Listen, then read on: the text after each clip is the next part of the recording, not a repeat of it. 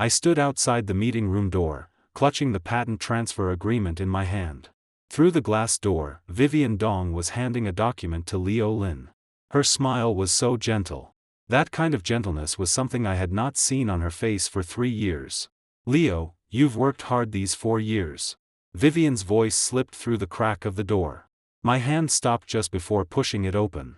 This is 4% of the company's equity.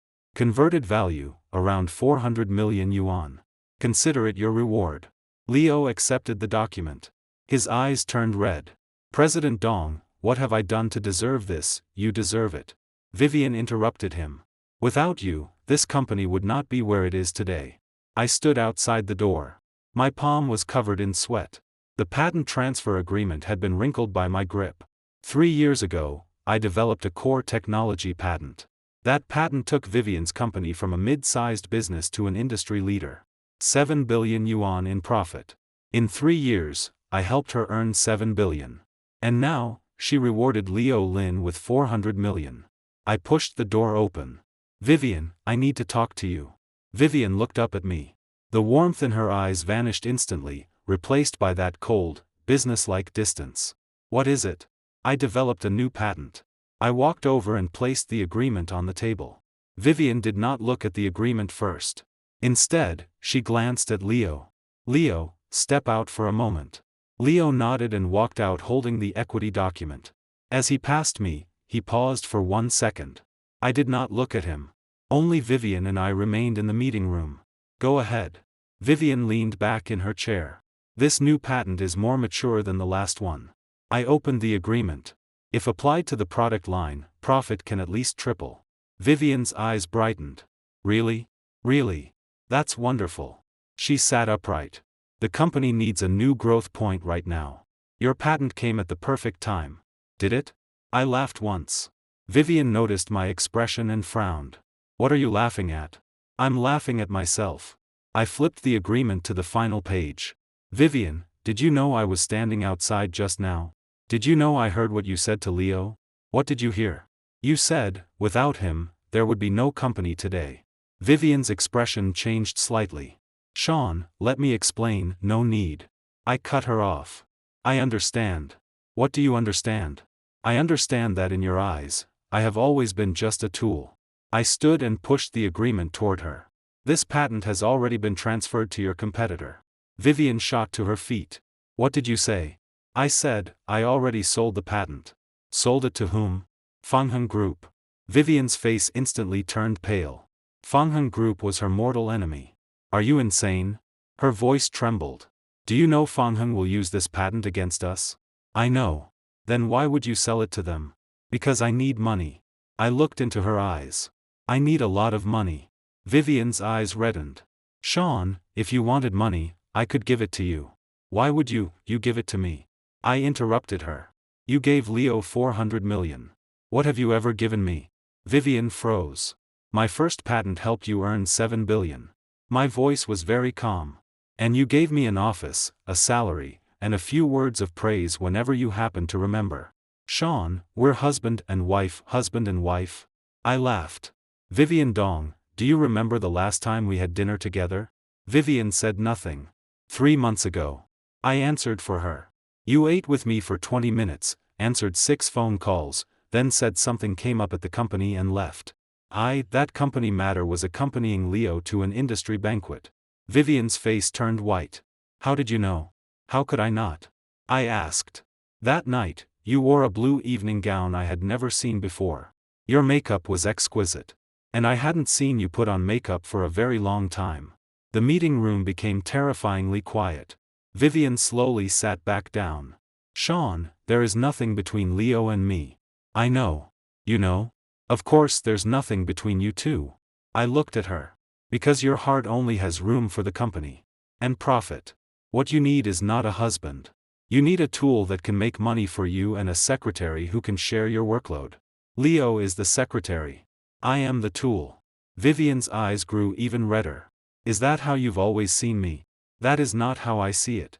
That is the truth. I pointed at the agreement on the table. You gave Leo 400 million and thought it was only natural.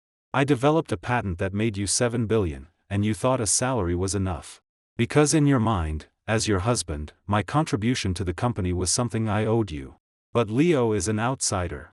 Every bit of effort he gives, you see it. So you repay it. Vivian's tears fell. Sean, it's not like that. Then what is it like? I asked. Tell me, in the past 3 years, what have you done for me? Vivian opened her mouth. No words came out. I'll answer for you. I said calmly. What you did for me was let me live in your house, eat your food, and use your car. You treated me like someone you kept. Someone who should be grateful to you. But you forgot. That house, that car, that money, I helped you earn all of it. Vivian cried harder. Sean, I'm sorry, don't apologize. I picked up the agreement. You did nothing wrong. You simply don't love me. When you don't love someone, everything you do feels justified. Let me finish. I cut her off. Fangheng Group paid me 28 billion yuan. In their hands, this new patent can create far more value than it would in yours. Vivian suddenly looked up. 28 billion? Yes. Are you crazy? Do you know what 28 billion means? I know. I placed the agreement back on the table. That money is enough for me to buy 30% of your company. And enough to make me the largest individual shareholder of Fangheng Group. Vivian's face changed completely. You planned this long ago? Yes. I looked at her. From the night you held that celebration banquet for Leo, I started planning. That night, in front of the entire company, you said Leo was the company's greatest contributor. I sat below the stage, watching you toast him, watching both of you smile. At that moment, I understood. What did you understand? I understood that in your heart, I was nothing. I turned toward the door. Sean. Vivian called after me. I stopped. Where are you going? To Fangheng Group. I did not turn back. They are waiting for me. What about our marriage? Vivian's voice carried tears. What are you going to do about it? I finally turned around and looked at her. Vivian Dong, you never treated this as a marriage. It is time for me to wake up. I pushed open the door and walked out. In the hallway, Leo stood not far away. When he saw me, his expression became complicated. As I passed him, he spoke. Sean. I stopped. I didn't mean to. His voice was very low. What?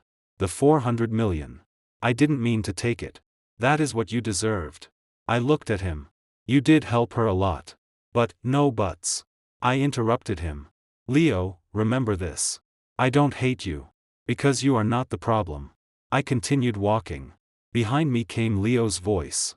Sean, are you really going to Fangheng Group? I did not answer. The elevator doors opened. I walked in. The moment the doors closed, I saw Vivian rushing out of the meeting room. She ran fast. Her heels struck the floor in hurried sounds. But the elevator had already begun descending. I leaned against the elevator wall and closed my eyes. 3 years ago, when Vivian and I got married, I thought I had found love. She was beautiful, intelligent, ambitious. I admired everything about her. I was willing to use my talent to help her realize her dreams. When I developed the first patent, Vivian was so happy she hugged me and jumped. She said, Sean, you're amazing. That night, she cooked a whole table of food herself. We drank wine and talked until very late. She spoke of many future plans. Every plan had me in it. That was the happiest night of my life. But later, the company grew bigger and bigger. Vivian became busier and busier. She began treating my existence as something natural. She stopped discussing company matters with me. Stopped asking if I was tired. Stopped calling after work just to say she missed me. Her life contained only work. My life contained only waiting. Waiting for her calls. Waiting for her to come home. Waiting for her to occasionally remember me. When Leo appeared, I did not think much of it. He was only a secretary, helping her handle small work matters. But slowly, Vivian began mentioning him in front of me more often. Leo is really capable. He handles everything so well. Leo worked overtime until 2 in the morning today. He's too hardworking. Leo's birthday is coming soon. What gift do you think I should give him? I listened. A thorn grew in my heart. But I said nothing. I told myself it was just work. Until that day, when I heard her give Leo 400 million. 7 billion in profit. I received nothing. A 400 million reward. She gave it to Leo. At that moment, the thorn in my heart finally pierced through the last of my illusions. The elevator doors opened. I walked out of the building and sat in my car. My phone rang. It was Michael Fong, chairman of Fongheng Group. "Mr. Shen, are you on your way?" "I'm on the way." "Good. We'll wait for you." After hanging up, I started the car. In the rearview mirror, I saw Vivian run out of the building. She stood at the entrance, looking around. Then she saw my car. She ran toward me. I pressed the accelerator. The car drove out of the parking lot and merged into traffic. In the rearview mirror, Vivian's figure became smaller and smaller. Then disappeared. I turned on the radio. An old song was playing. The lyrics sang, "I thought I would cry, but I didn't. I only watched your footsteps and gave you my final blessing." I turned off the radio. The car became silent. Only then did my tears fall. But I did not turn back. Outside the window, city lights began to brighten. Night had fallen. The car drove toward the other end of the city. Toward Fongheng Group's brightly lit tower. Toward a future without Vivian Dong.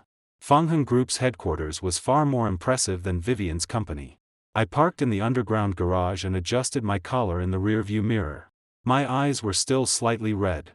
But it was no longer obvious unless someone looked closely. The elevator went straight to the top floor. Michael Fong's secretary was waiting at the elevator entrance. "Mr. Shen, Chairman Fong is waiting in his office." I nodded. The secretary led me through a long corridor lined with Fongheng Group certificates and product photos over the years. At the end of the corridor, a heavy wooden door was slightly open. The secretary pushed it open and signaled me inside.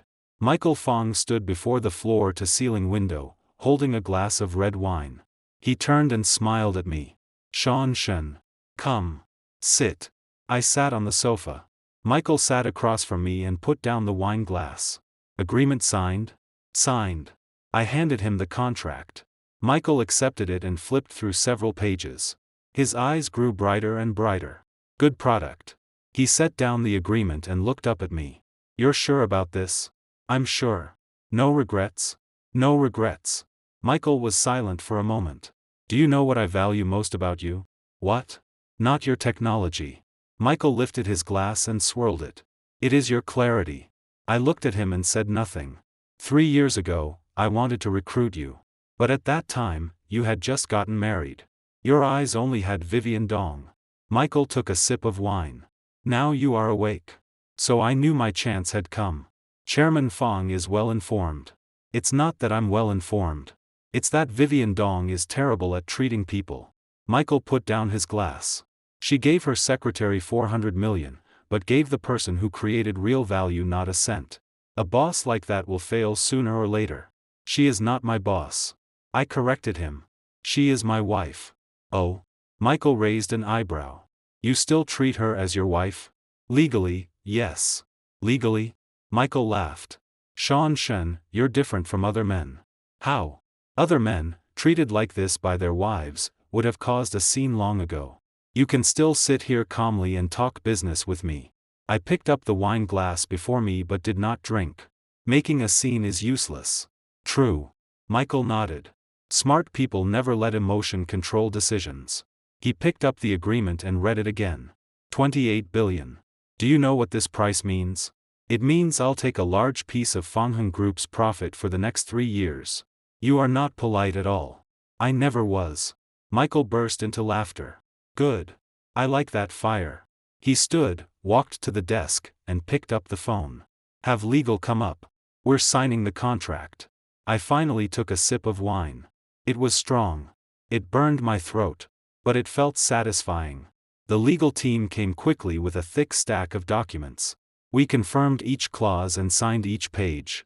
3 hours later, everything was settled. Michael stood and extended his hand. Happy cooperation. I shook his hand. Happy cooperation. You are now Fongheng Group's largest individual shareholder. Michael smiled. At tomorrow's board meeting, I will officially announce the news. Good. I released his hand. Chairman Fong, there is one more thing. Go ahead. I want to know the current financial status of Vivian's company. Michael glanced at me. What do you plan to do? Know yourself and know your opponent. Michael was silent for a moment. Then he pressed the intercom. Bring me the market analysis report on Cheng Group. Cheng Group was Vivian's company. The report arrived quickly. I opened it and read page by page. Michael sat beside me and did not disturb me. The report was detailed. Market share. Financial condition. Future plans. Everything was there. When I reached one page, my finger stopped. She has been discussing a supply chain acquisition recently? Yes. Michael nodded. Vivian is ambitious. She wants to acquire upstream and downstream supply chains and create a full industrial closed loop. How much money does the acquisition need? At least 10 billion. Michael said. She has 7 billion in profit on hand. With bank loans, she should be able to gather enough. But now it's different. I closed the report. My new patent is in your hands. Her product competitiveness will drop sharply. Exactly. Michael smiled. That acquisition plan is probably dead. Chairman Fong. I looked at him. If I wanted to acquire Cheng Group, how much would I need? Michael froze. He looked at me with surprise in his eyes. You want to acquire your wife's company? Ex-wife. I corrected him. Soon. Michael was silent for a long time. Sean, have you really thought this through? Yes. Reason? Her company was built with my technology. I said calmly. That cake should have included a piece for me. Taking a little more now is not excessive. Michael stared at me for a long time. Then laughed. You are ruthless. This isn't ruthlessness. This is business. I drained the wine in my glass. Chairman Fong, you taught me that. Michael froze, then laughed loudly. Good. Very good. I'll help you. When I left Fongheng Group, it was already deep night. Rain had begun outside. Not heavy. Fine and dense, cool against the face. I stood at the entrance, waiting for the driver to bring the car. My phone rang. Vivian. I looked at the flashing name on the screen. After hesitating for a few seconds, I answered. Hello.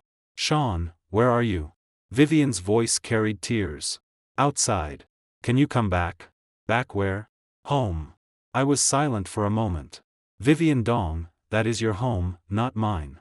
Sean, don't be like this, don't be what? I interrupted. When you rewarded Leo with 400 million today, did you think I was your husband? You never thought about it. I answered for her. Because in your heart, the value Leo created for the company mattered more than me, your husband. It's not like that. Vivian's voice suddenly rose. I gave Leo equity because he helped me secure that critical investment. Without that investment, the company would not have lasted until now. I held the phone and did not speak. Why aren't you saying anything? Vivian's voice trembled. Do you think I was biased? I don't think you were biased. I said. I just think you never treated me as your partner. You are my husband. And you are also the company's president. I said calmly. As president, you gave the person who created 7 billion in profit a salary. As a wife, you gave the person who helped you secure investment 400 million. Vivian Dong, tell me. In your heart, what exactly am I? The other end of the phone fell silent. Rain grew heavier. Water slid from my hair and soaked my shoulders. Sean, we have been married for 3 years. Vivian's voice finally sounded again. Do you know why I never dared give you equity? Why? Because I was afraid. Afraid of what? Afraid that after you got equity, you would no longer want me. Vivian started crying. You are so smart. So capable. You can do anything. The only thing I could use to keep you beside me was making you need me. If you had money and equity, would you still stay with me? My palm holding the phone was covered in sweat. You thought I stayed with you because you gave me a job? Wasn't it? Of course not. My voice was hoarse. I stayed with you because I loved you. Do you still love me now? Vivian asked. I was silent for a long time. I don't know. Sean, but I will not let myself be wronged anymore. I hung up. The car arrived. I got in. The driver asked where to go. I gave him an address. It was an apartment I had rented near the company 3 months ago.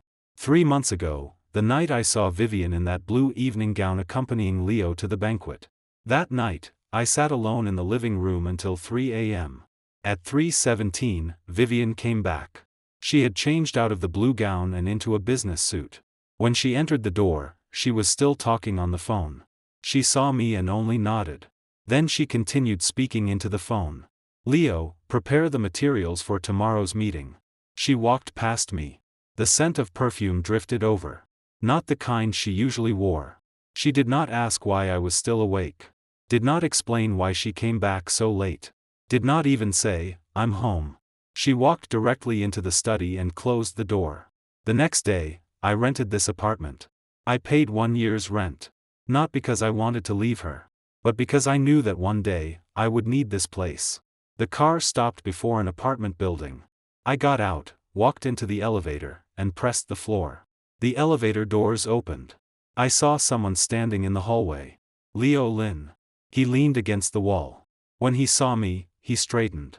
"Sean." I looked at him. "How do you know I live here?" "I found out." "You investigated me?" "Not investigated," Leo said. "Concerned about you." He walked toward me. "Sean, are you really divorcing President Dong?" "That has nothing to do with you." "It does," Leo said. "I like her." I froze. "What did you say?" "I said I like Vivian Dong." Leo repeated it. His voice was calm, as if stating something ordinary. "From the first day I joined the company, I liked her." The hallway was quiet. I could hear my own heartbeat. "So?" I asked. "So if you leave her, that's good for me," Leo said. "But I don't want to see her sad." "What does her sadness have to do with you?" "It does." Leo smiled faintly. "Today I saw her rush out of the meeting room and chase after your car. She cried. I have known her 3 years. That was the first time I ever saw her cry." I remained silent. "Sean, do you know?"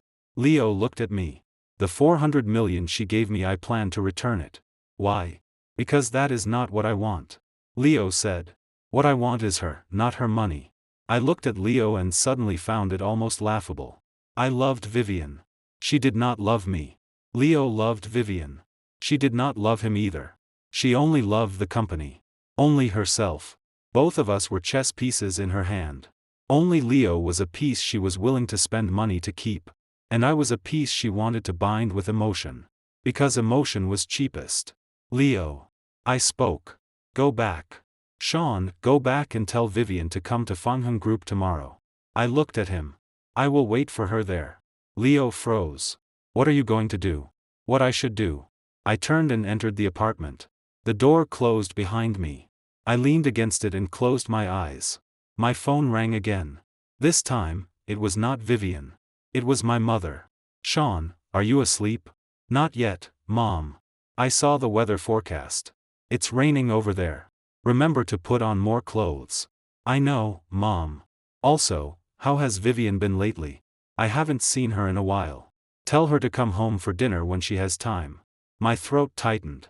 "Mom, she's been very busy lately." "No matter how busy, people need to eat. Tell her not to overwork herself.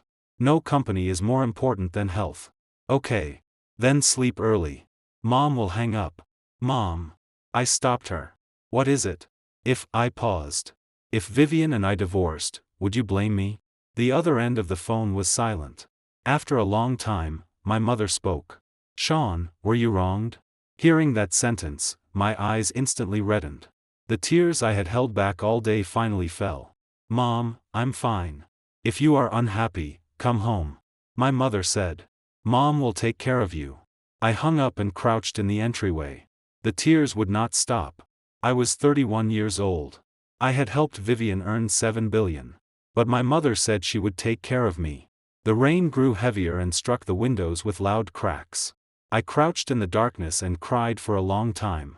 Only after the tears dried did I stand, enter the bathroom, and wash my face. The person in the mirror had swollen red eyes and messy hair. I stared at myself, then suddenly laughed. A bitter laugh. After laughing, I dried my face, sat at the computer, and opened a file. It was the acquisition plan for Cheng Group. I read it page by page. Line by line, I revised it. Outside the window, the rain slowly stopped.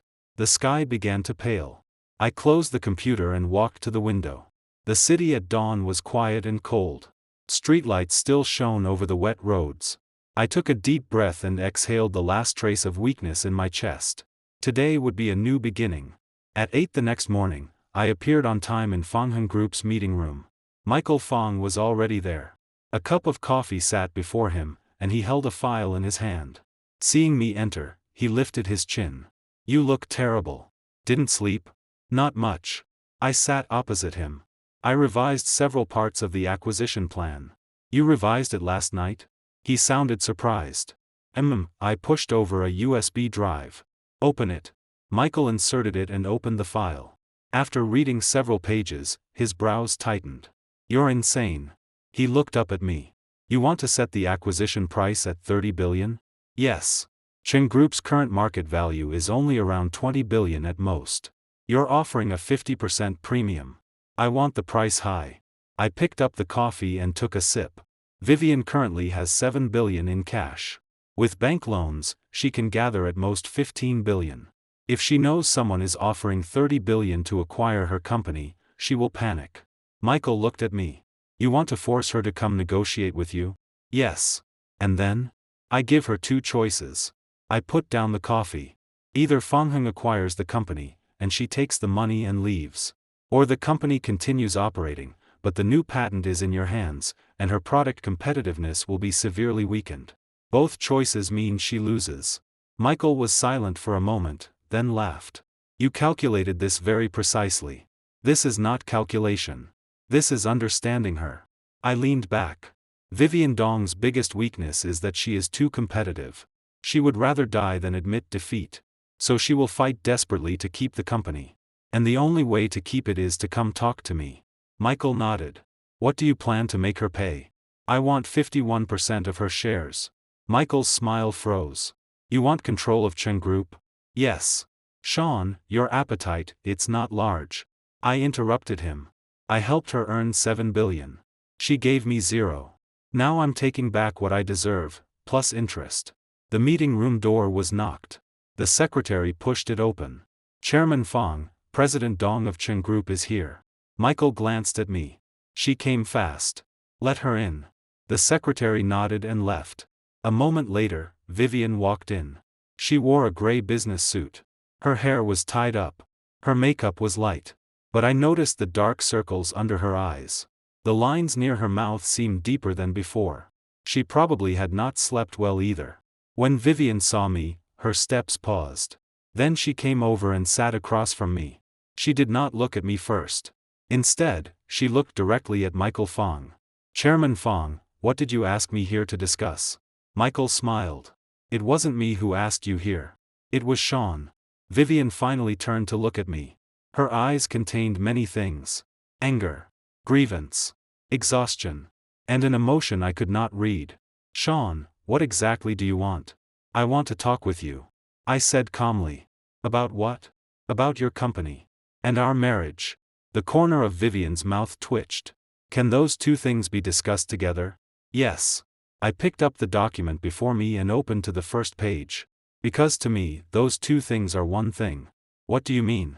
I mean, our marriage was a business partnership from the beginning. I looked into her eyes. You married me because I had technology that could help build your company. It's not like that. Vivian's voice rose. Sean, what right do you have to say that? Based on everything you did to me these 3 years. My voice remained calm. In the first year, you called me every day. You asked about our progress. Asked if I was tired. Asked what I wanted for dinner.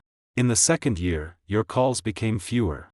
Most of the time, it was your secretary calling to inform me of meeting times. In the third year, you did not even send your secretary.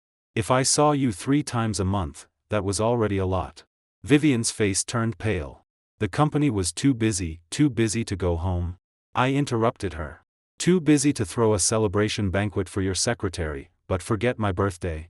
Do you still remember my birthday? Vivian opened her mouth and said a date. I smiled. That is your mother's birthday. Vivian froze. My birthday is next month. The meeting room became terrifyingly silent.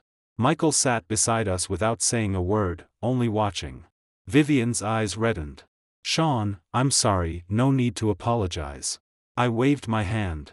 What I am discussing with you is not emotion. It is business. I flipped to the second page. Fang Heng Group has decided to begin an acquisition plan for Cheng Group. Acquisition price, 30 billion yuan. Vivian shot to her feet. What did you say? 30 billion. Acquire 100% equity of Cheng Group. I looked at her. This price is 50% above the company's actual market value. You are crazy. Vivian's voice trembled. Cheng Group is not for sale. Are you sure? I closed the file and leaned back. Then tell me. My new patent is in Fangheng's hands. What will you use to compete with Fangheng? Your supply chain acquisition plan needs 10 billion. You have 7 billion on hand. Where will the remaining 3 billion come from? The bank? Vivian's face grew even paler. How do you know about my supply chain acquisition plan? Because I read your market analysis report. I said calmly. Vivian Dong, your company, and everything about it, I know it all. You only have me. Do you understand? Vivian slowly sat back down. Her hands were trembling. Sean, why are you doing this to me? Because I've had enough. I looked into her eyes. I've had enough of your coldness. Enough of you taking me for granted. Enough of always being last in your heart. You are not last, then tell me where I rank. Vivian could not answer. I'll say it for you. I spoke. First is your company. Second is your ambition. Third is Leo Lin. Fourth is yourself. Fifth is maybe your parents. Sixth, maybe, is me. Vivian's tears fell. It's not like that, then what is it like? I pressed her. Tell me. In these 3 years, what have you done that made me feel I am loved by you? Just one thing. If you can name one thing, I will take back everything I said and go home with you. Vivian opened her mouth. Not one word came out. Tears streamed down her face and fell onto the table. I looked at her tears. My heart was very calm. Not because it didn't hurt, but because the worst of the pain had already passed. It was like someone who had been frozen for too long. Eventually, they no longer felt cold. Only numb. You can't say it? I asked. Then let me summarize for you. In these 3 years, you gave me the title of husband, an office, and a salary. Other than that, you gave me nothing. All your tenderness, all your patience, all your concern, you gave it to your company. And to your secretary. Vivian covered her face. Her shoulders trembled violently. Michael finally spoke. President Dong, I think Sean is right. Vivian looked at him through tears. Chairman Fong, you're helping him too? I am not helping him. I am helping reason. Michael said. You gave your secretary 400 million and gave the person who created 7 billion in value a salary. No matter where this is said, you are in the wrong. Of course, this is your family matter. I don't want to interfere. But from a business perspective, Sean's new patent really was bought by me for 28 billion. That money is what he deserves. Vivian wiped her tears and sat upright. She looked at Michael. Her voice still carried sobs, but her tone had recovered the calmness of a CEO. Chairman Fong, did you buy his patent just to deal with me? Not to deal with you. It is normal business competition. Michael smiled. President Dong, you know the market is a battlefield. Sean was willing to sell the patent to me. Why wouldn't I buy it? Vivian turned to look at me. For the first time, there was something in her eyes I had never seen. Fear. Sean, do you really want to do this? I admit I was not good to you. But you can't destroy more than 10 years of my hard work just because I was not good to you. I looked at her and suddenly found it somewhat laughable. You think I'm destroying you? Aren't you? Of course not. I stood and walked to the window, looking at the city outside. Vivian Dong, do you know that if I wanted to destroy you, I would not need to sell the patent to Fangheng at all? I could simply do nothing, and your company would slowly be squeezed out by competitors. Because every core technology in your company was developed by me. Without me, you would not last 3 years. I turned and looked at her. But I did not do that. I gave you a chance. 30 billion. Sell your company, take the money, and leave. You will never have to worry for the rest of your life. Or transfer 51% of your shares to me. The company continues operating under you. But actual control belongs to me. Choose one. Vivian stared at me. Her eyes were filled with red veins. What difference is there between those two choices? A big difference. I returned to my seat. The first choice, you exit completely, and you and I have nothing to do with each other anymore. The second choice, you stay in the company, but you work for me. Which do you choose? Vivian was silent for a long time. Only the hum of the air conditioner filled the meeting room. Michael stood, poured himself coffee, then sat back down. He did not rush us. He only waited quietly. Finally, Vivian spoke. I choose the second. I looked at her. Are you sure? Yes. Vivian lifted her eyes and looked at me. Inside them was a desperate determination. The company is more than 10 years of my work. I will not give it up. Even if I work for you, I accept it. I nodded. Fine. I took a document from my briefcase and pushed it to her. Equity transfer agreement. I already drafted it. Once you sign it, starting now, you work for me. Vivian looked at the agreement. Her fingers trembled as she picked up the pen. She opened the agreement and read page by page. When she reached the final page, she stopped. There is an additional clause. She looked up at me. What additional clause? Read carefully. Vivian lowered her head and read the clause carefully. Then her face changed. You want me to make Leo resign? Yes. Why? Because I don't like him. I said calmly. More accurately, I don't like the relationship between you and him. Vivian bit her lip. Sean, Leo is only my secretary. There is nothing between us. I know. I said. But I don't care. What don't you care about? I don't care whether anything happened between you. I looked into her eyes. What I care about is that you treated him better than you treated me. You gave an outsider more than you gave your own husband. That fact disgusts me. Vivian's hand trembled even harder. Sean, I can agree to your demands. But you can't touch Leo. He has nothing to do with this. He does. I said. He is the symbol of your coldness toward me. Every time I see him, I remember everything you did to me. So he must go. Vivian's tears fell again. You are forcing me. Yes. I am forcing you. I leaned back. You once forced me to accept your coldness. Accept your neglect. Accept you taking everything for granted. Now it is my turn to force you. Vivian looked at me, tears flowing non-stop. She held the pen over the agreement for a long time. Then she signed. She put down the pen and pushed the agreement back to me. Are you satisfied now? I picked up the agreement and looked at her signature. The handwriting was crooked, but it was hers. I am. I placed the agreement into my briefcase and stood. Tomorrow, I will go to the company for the board meeting. At that time, you will officially announce the equity change. I walked toward the door. Vivian called after me. Sean. I stopped. What about our marriage? Can it still be saved? I did not turn around. What do you think? I pushed open the door and walked out. Behind me came Vivian's crying. Michael chased after me and stopped me in the hallway. Sean, wait. I stopped. Michael walked over and sighed. Are you really divorcing her? You heard everything inside. I heard it, but I thought you were only saying it. Michael said. I thought after getting the equity, you would live properly with her. I smiled. Chairman Fong, do you think that's possible? Michael was silent for a moment.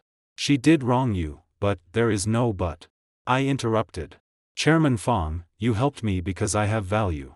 But Vivian Dong was with me for 3 years and never felt I had value. She only saw me as a tool. Tools don't get tired. Tools don't feel sad. Tools don't want to be loved. But I do. I looked at Michael. So she and I are over. After saying that, I turned and entered the elevator.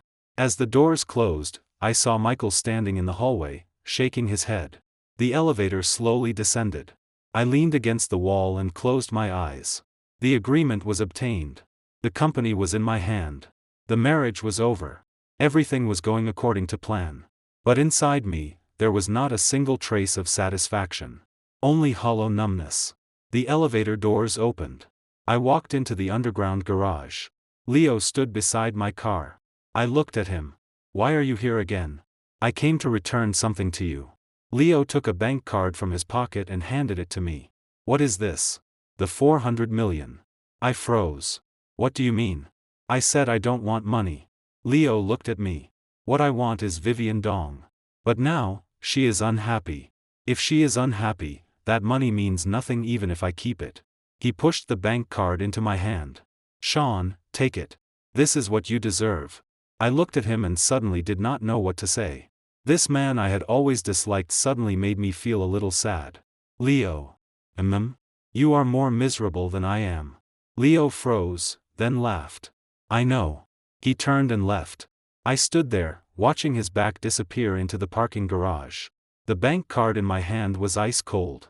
I put it into my pocket, got into the car, and started the engine. The car left the garage and drove onto the street. Pedestrians moved past.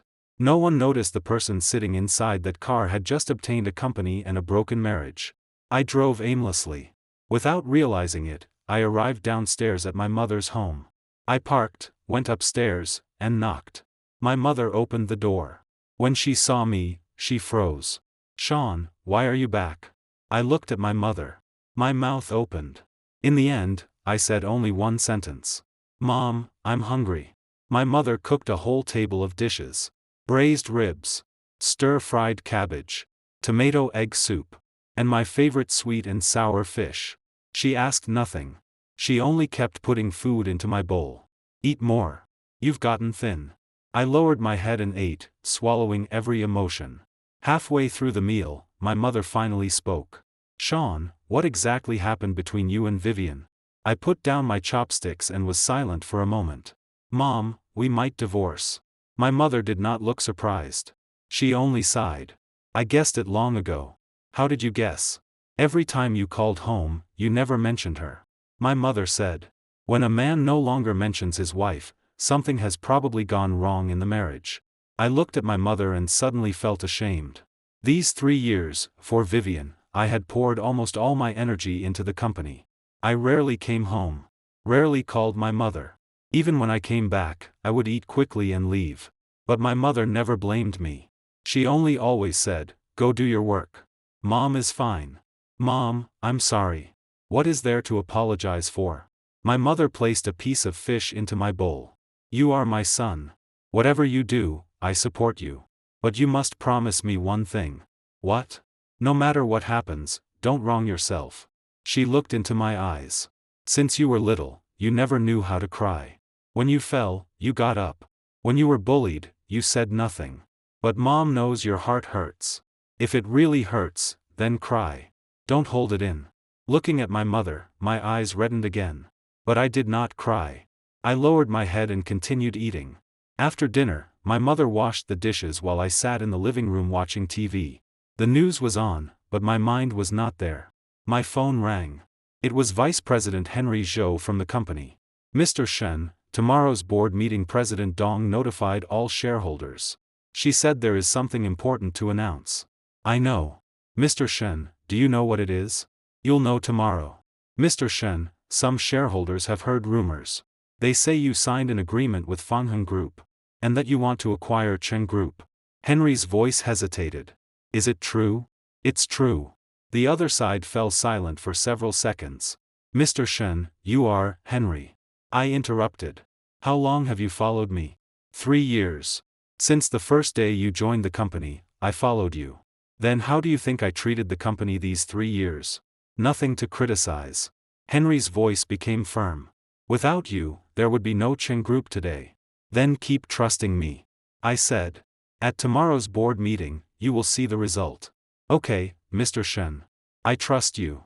After hanging up, I leaned back into the sofa. My mother finished washing dishes and sat beside me. "How are things at the company?" "Almost handled." "That's good." My mother patted my hand. "Sean, Mom doesn't understand business. But Mom knows that people cannot live only for money. Your happiness matters more than anything." I held my mother's hand. "Mom, I know."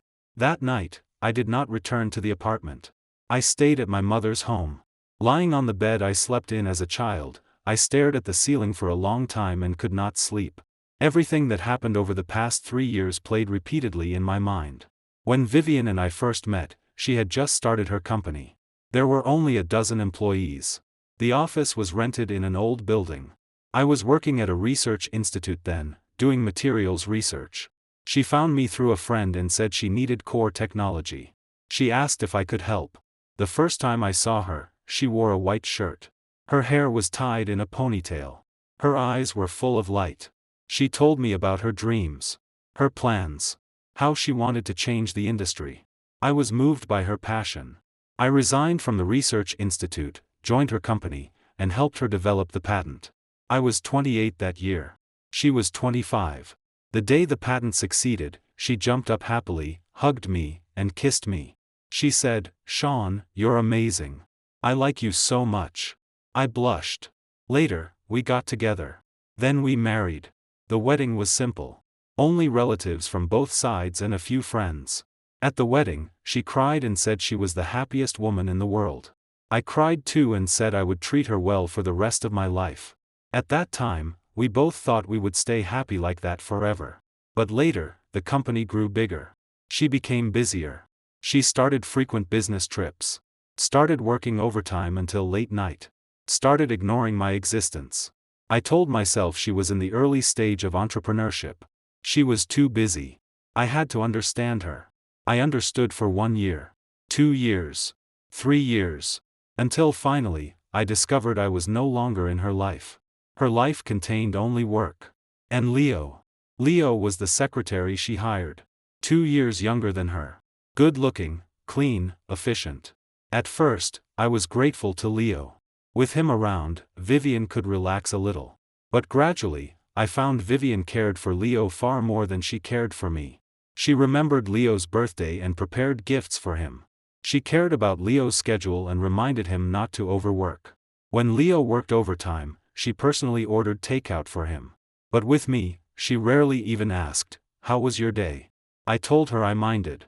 She said, "You're overthinking it. Leo is only my secretary." I said, "You treat your secretary better than your husband."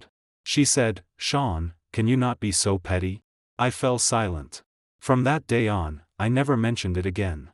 But the thorn in my heart sank deeper and deeper. Until yesterday, when I heard her give Leo 400 million. That thorn finally pierced the last of my hope. I turned in bed and looked at the moonlight outside the window. My phone lit up. It was Vivian. "Sean, are you asleep?" I did not reply. The screen lit again. "I know you aren't asleep. You never sleep this early. Can you say something to me?" I still did not reply. The screen lit a third time. "I know I was wrong. Can you give me one chance?" I stared at that message for a long time. Then typed one line. "Where were you wrong?" After a long while, Vivian replied. "I shouldn't have ignored you. I shouldn't have treated Leo as more important than you. I shouldn't have made you feel I didn't love you. And? What else? You still don't understand." After typing that, I turned off my phone and threw it onto the bedside table. The screen lit several more times, but I no longer looked. I closed my eyes and forced myself to sleep. Vivian still did not understand. Her mistake was not only ignoring me, not only favoring Leo. Her mistake was that from beginning to end, she never treated me as her husband. She only treated me as a tool. A tool that could help her make money. A tool would not be sad. Would not feel wronged. Would not want to be loved. But I would. The next morning, I changed into a suit, tied my tie, and drove to the company. At the company entrance, a row of security guards stood. When they saw my car, the security captain trotted over. "Good morning, Mr. Shen." "Morning." I got out and looked up at the building. The Chen Group logo was embedded on the roof, shining in the sunlight. This building was something I had helped Vivian build in 3 years. In the lobby, several employees saw me and greeted me one after another. "Good morning, Mr. Shen." "Mr. Shen." "Mr. Shen, long time no see." I nodded and walked directly toward the elevator. I was the only one inside. Watching the floor numbers change, my heart was strangely calm. The elevator reached the top floor. The doors opened. I saw Vivian standing in the hallway. She wore a black suit. Her hair was neatly pinned up. Her makeup was exquisite. But her eyes were red. It was obvious she had cried. "Sean." She called my name. Her voice was hoarse. "You came. What time is the board meeting?" I asked. 9. 20 minutes. I looked at my watch. "Is the meeting room ready?" "Ready." Vivian looked at me, wanting to speak but stopping herself. "Sean, I thought all night yesterday, what did you think about what you said?" Her lips trembled. "I thought about it for a long time. I admit I truly was not good enough to you. But it's not that I didn't love you. I just didn't know how to express it." I looked at her and did not speak. Vivian took a deep breath and continued. "When I was little, my parents told me that if I wanted something, I had to fight for it myself. I grew used to relying on myself. Used to carrying everything on my shoulders. When you helped me develop the patent, I was grateful. But I did not know how to express it. I was afraid that if I expressed too much, I would seem too dependent on you. I was afraid that if I depended on you, I would no longer be the person who controlled everything. Listening to her, a place in my heart moved slightly. But quickly, it returned to calm. Vivian Dong. I spoke. I understand everything you said. But understanding does not mean accepting. You did not want to depend on me, so you pushed me away. You pushed me away, yet pulled Leo closer. You did not want to show weakness before me, so you smiled at Leo and stayed cold to me. Do you think that was fair to me? Vivian's tears fell. No, I know it wasn't fair. But I truly know I was wrong. Give me one chance, okay? I looked at her for a long time. Chances are not given by others. They are earned. I turned toward the meeting room. Now, hold the board meeting first. Inside the meeting room, every shareholder had arrived. More than a dozen people sat along both sides of the long table. Henry sat beside me and lowered his voice. Mr. Shen, today's atmosphere feels wrong. I swept my eyes around. Several shareholders were whispering, their eyes occasionally flicking toward Vivian and me. Vivian sat in the main seat. Her hands were folded on the table. Her knuckles were slightly white from force. She took a deep breath and stood. Everyone, I called you here today because there is an important matter to announce. The meeting room quieted. All eyes turned to her. Vivian's gaze swept over everyone. Finally, it landed on me. In her eyes were pleading, reluctance, and a trace of unwillingness. But in the end, she still spoke. I have decided to transfer 51% of the Chen Group shares under my personal name to Sean Shen. The meeting room exploded. Shareholders stood one after another and shouted questions. President Dong, what did you say? 51%? Doesn't that mean the company changes owners? Why transfer? Isn't the company operating well? Sean Shen, what did you do? I watched those agitated shareholders and said nothing. Vivian raised her hand, signaling for silence. Everyone, this decision was made after careful consideration. Sean Shen is the company's most core technical talent. The new patent in his hands determines the company's future competitiveness. For the company to continue developing, I am willing to give up control. One shareholder stood with an iron-gray face. President Dong, did Sean Shen force you? No, Vivian said. I did this voluntarily. I don't believe it. The shareholder slapped the table. Sean Shen, speak. Did you threaten President Dong? I finally stood and looked at him. President Li, sit down. President Li froze, then slowly sat back. I looked at everyone present and spoke. Everyone, I know you have many questions. But today, I am not here to answer questions. I am here to take over the company. I took the equity transfer agreement from my briefcase and placed it on the table. This is the equity transfer agreement signed by President Dong. Clear black ink on white paper. Legal and valid. From now on, I am the largest shareholder of Chen Group. You may refuse to accept it. You may refuse to understand it. But you must accept this fact. The meeting room fell silent. Shareholders looked at one another. No one spoke again. Henry was the first to stand and extend his hand toward me. Congratulations, Mr. Shen. I shook his hand.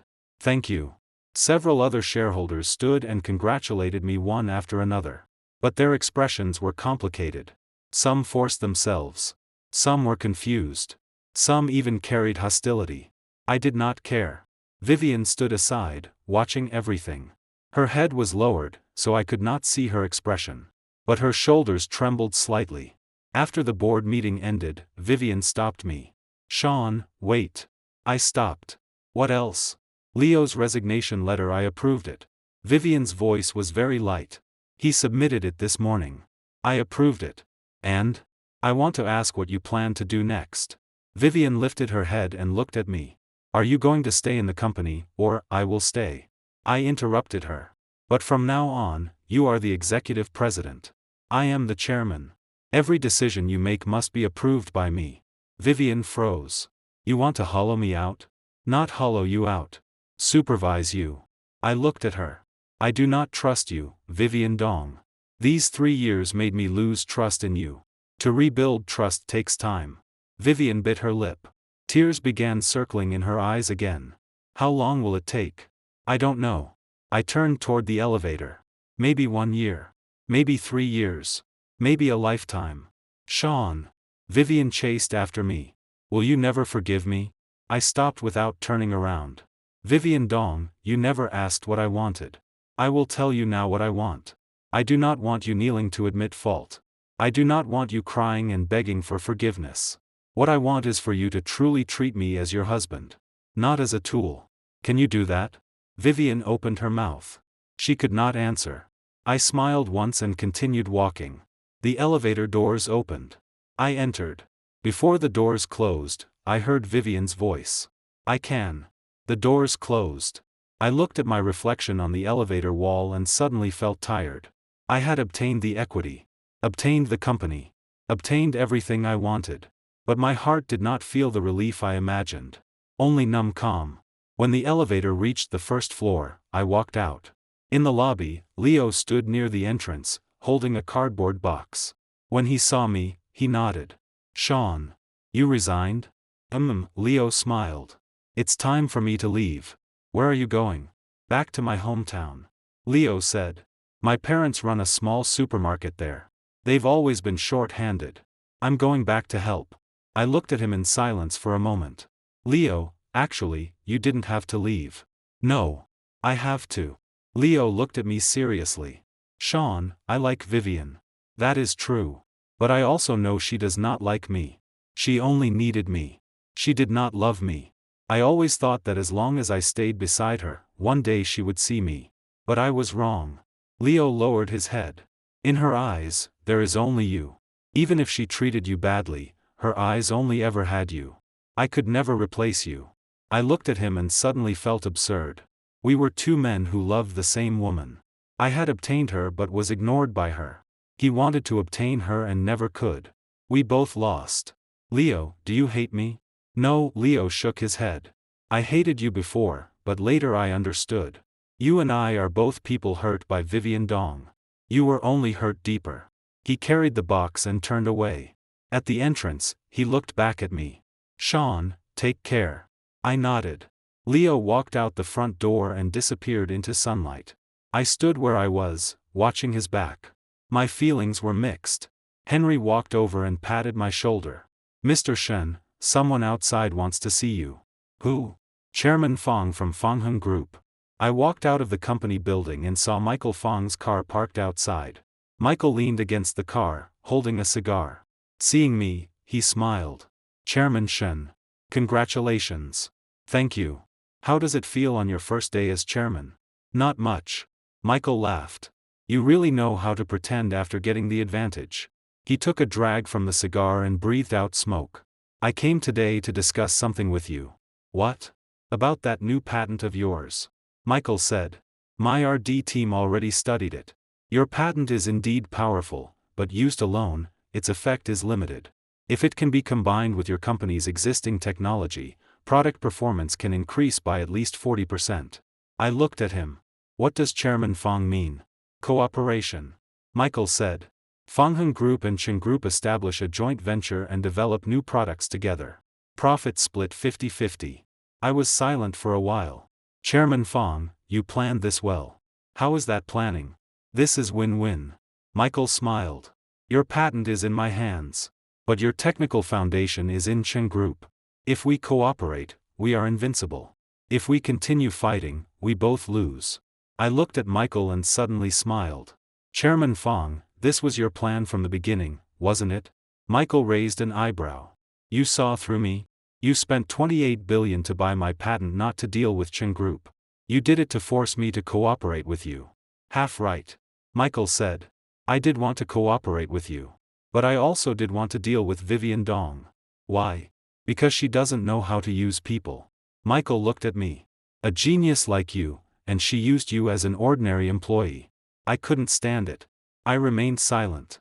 Sean, you need to understand. In this world, not many people can truly appreciate your value. I am fortunate that I am one of them. Michael extended his hand. Cooperate with me. Let's do something big together. I looked at his hand and paused for a few seconds. Then I reached out and shook it. Good. That night, Michael held a banquet at a hotel to celebrate the cooperation. At the table, glasses clinked and people toasted. I drank a few glasses, and my face felt slightly hot. Michael held his glass and leaned close to my ear. Sean, when Vivian announced the equity transfer today, do you know what she was thinking? I don't. She was thinking that she had finally lost you. Michael smiled. The moment she signed that agreement, she finally understood that the harm she caused you could never be repaired. That's why she cried. I gripped my wine glass and said nothing. Do you feel like you won? Michael asked. I shook my head. I didn't win. Oh. I only took back what should have been mine.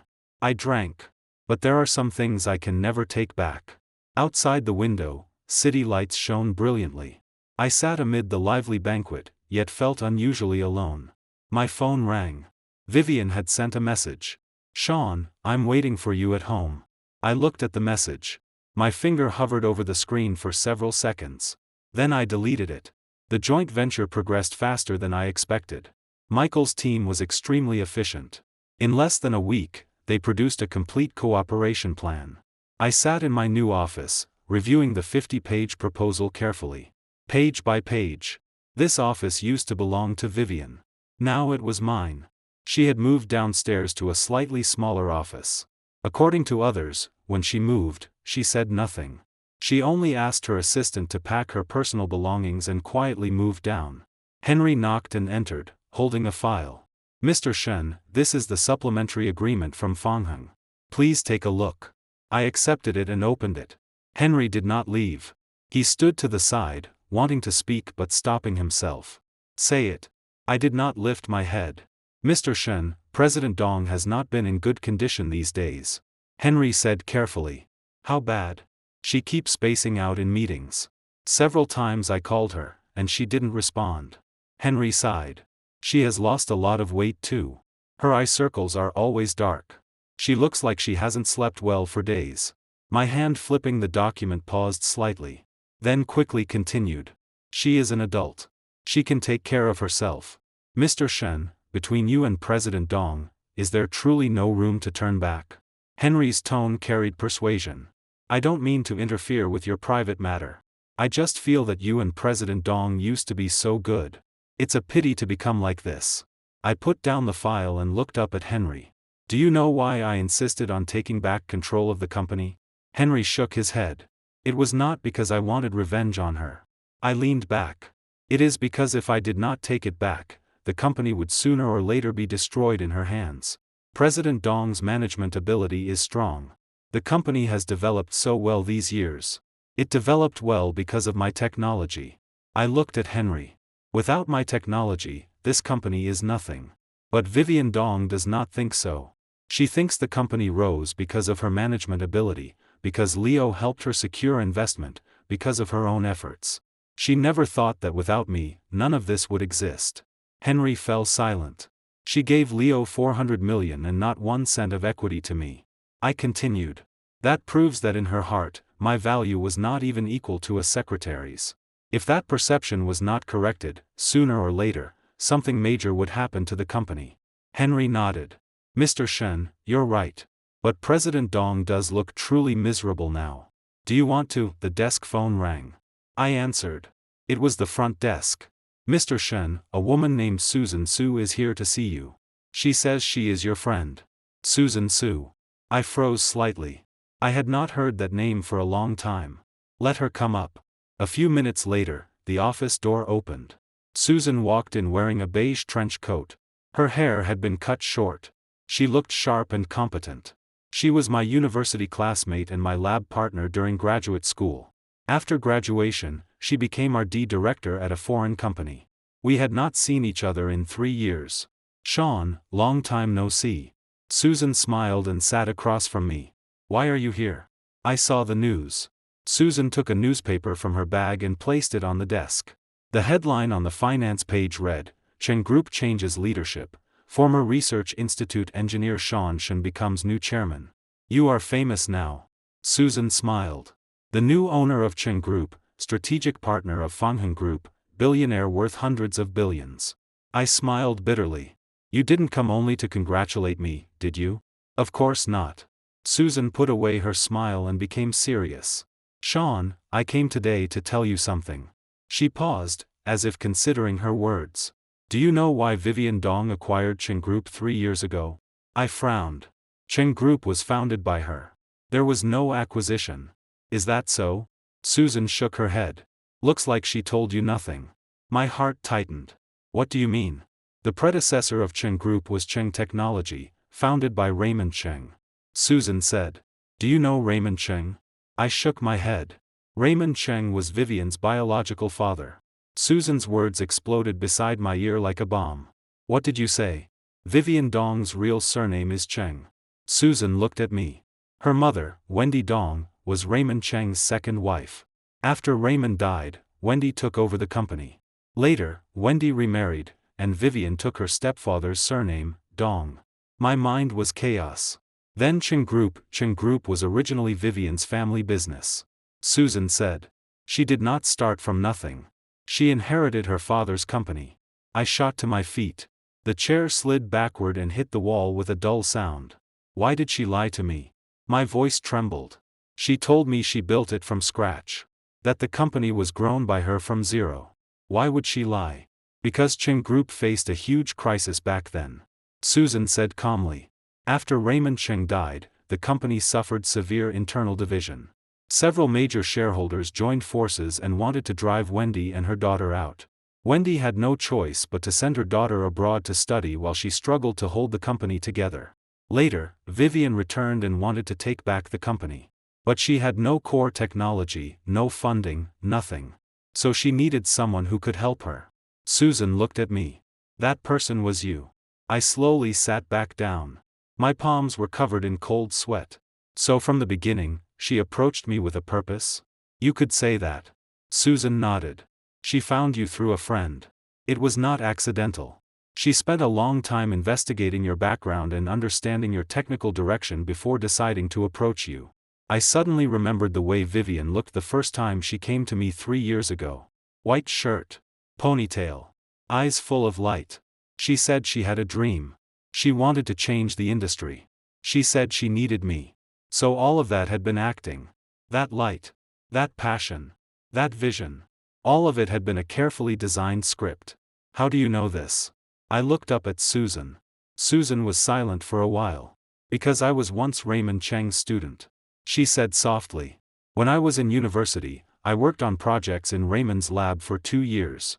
After Raymond died, I kept watching Cheng Group's situation. Later, I heard Vivian recruited you, and I felt something was wrong. But I had no evidence, and I couldn't rashly say anything to you. Until recently, when I saw the news that you became chairman of Cheng Group, I felt you should know the truth. The office became terrifyingly quiet. Sunlight shone through the window and fell across the newspaper on the table. The headline looked painfully glaring. I looked at the newspaper and suddenly found it laughable. I thought I had won. Thought I had obtained the company, the equity, the initiative. But now I knew. From the beginning, I had been a chess piece. Vivian approached me. Married me. Made me develop patents. Made me help her take back the company. Every step had been calculated. It was not that she did not love me. She had never loved me. All along, I was only a tool in her hand. Sean, are you okay? Susan looked at me with concern. I'm fine.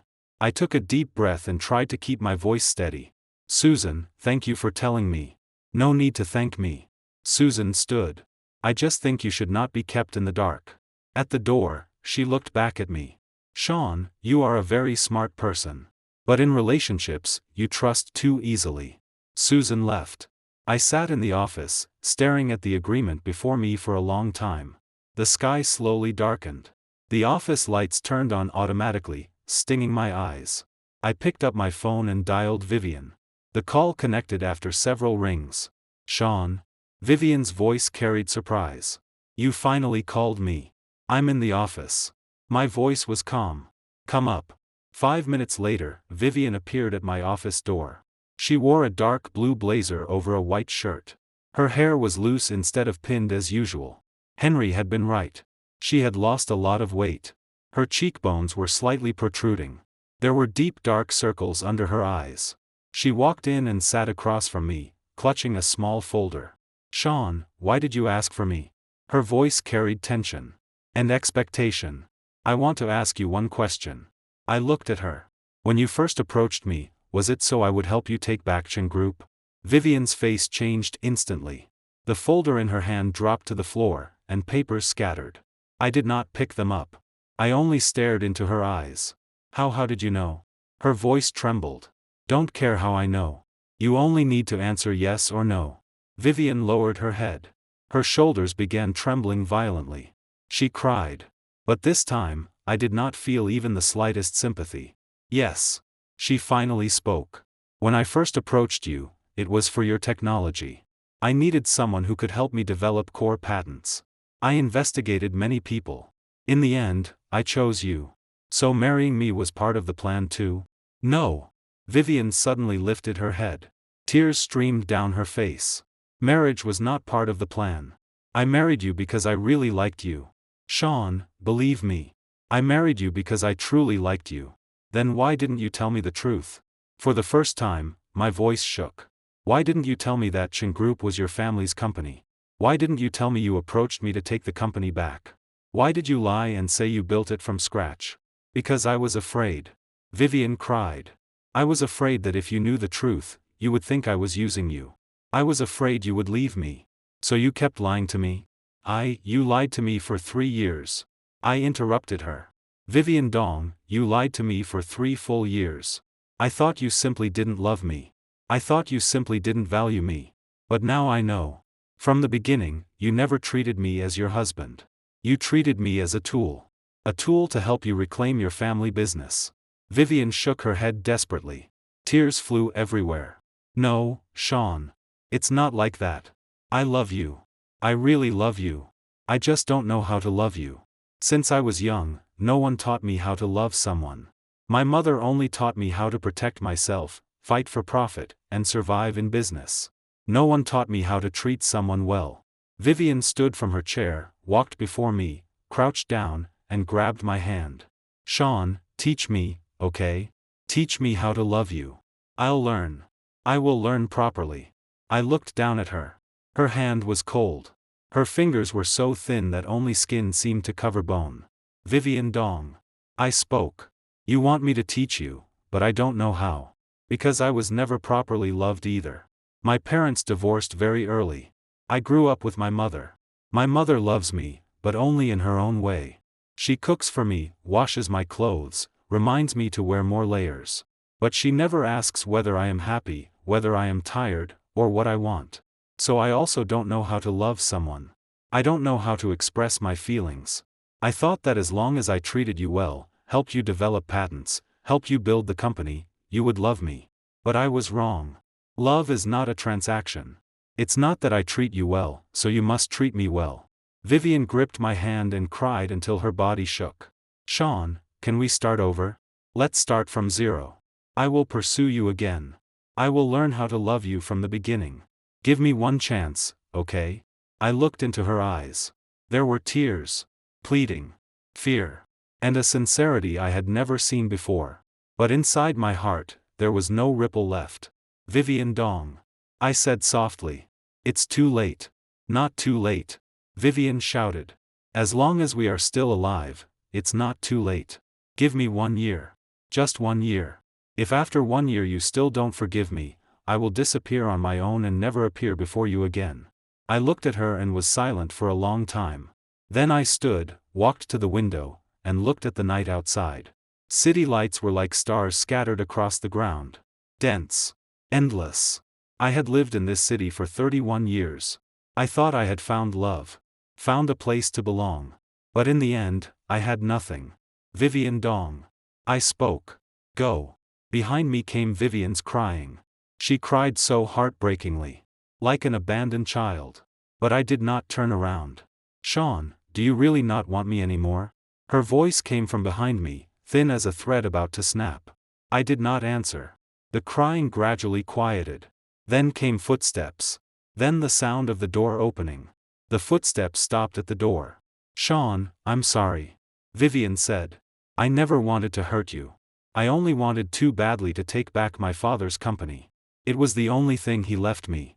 I couldn't let it fall into someone else's hands. I used you. I lied to you. What I owe you, I cannot repay in this lifetime. But I really love you. I loved you in my own way. The door closed. Only I remained in the office. I stood before the window, looking at the night outside. Suddenly, my eyes grew wet. I raised my hand and wiped them. My fingers were damp. I had cried. But I made no sound. I only stood quietly, tears flowing, looking at the silent lights outside. My phone rang. It was an unknown number. I hesitated, then answered. Sean. The voice on the other end was Leo. Leo? It's me. Leo's voice was very calm. Vivian just called me. She was crying very hard. So I want to tell you something. Leo said. Something about why Vivian did not give you equity 3 years ago. I held the phone and said nothing. It was not because of me. It was not because of the company. It was because of Raymond Cheng. Leo's voice was clear and firm. My fingers tightened around the phone. What happened with Raymond Cheng? My voice was very hoarse. 3 years ago, Vivian was actually going to give you equity. Leo said. She had drafted a document. 30% equity. Far more than the 400 million I received today. But on the day she was going to sign it, she received a letter. What letter? Raymond Cheng's will. My heart sank. In his will, Raymond Cheng said the biggest mistake of his life was handing core technology to outsiders. He warned Vivian that no matter what, she must not give company equity to any non-Cheng family member. So she gave up. She gave up giving you equity. Leo paused. But she also gave up the choice that hurt her most. If you had known she lied to you, if you had known she had all those calculations, would you still have married her? I was silent for a long time. She could have chosen not to marry me. But she wanted to marry you. Leo said. Her childhood was lonely. She had no concept of family. She didn't know how to love people. The only thing she knew was carrying everything herself. She thought giving you the title of husband was enough. And what about you? Why are you telling me this? The other end was quiet for several seconds. Because I love her. Leo said softly. But I cannot let her lose you because of me. The person she truly wants has been you from beginning to end. I was only a substitute. A tool she used to avoid her feelings. Now that I'm gone, she doesn't even have that tool anymore. Leo hung up. I stood still. The phone slipped from my fingers and fell onto the carpet with a muffled sound. Night wind blew in, moving the documents on the desk. The final page of the equity transfer agreement lifted in the air. I stared at the signature dampened by tears. Vivian's handwriting was crooked, as if she had used all her strength to write it. I bent down and picked up my phone. There was a new message from Susan. Sean, there is one more thing I didn't tell you. Raymond Cheng's original will is in Vivian's study. The password is her mother's birthday. If you want to see it, go see it yourself. I gripped the phone tightly. My throat moved violently. I had not let it go. I only finally understood her crying. Understood every pause where she wanted to speak but stopped. Understood the occasional glances she sent toward me over those 3 years before immediately taking them back. Understanding was not forgiveness. But at least, I was no longer the person kept in the dark.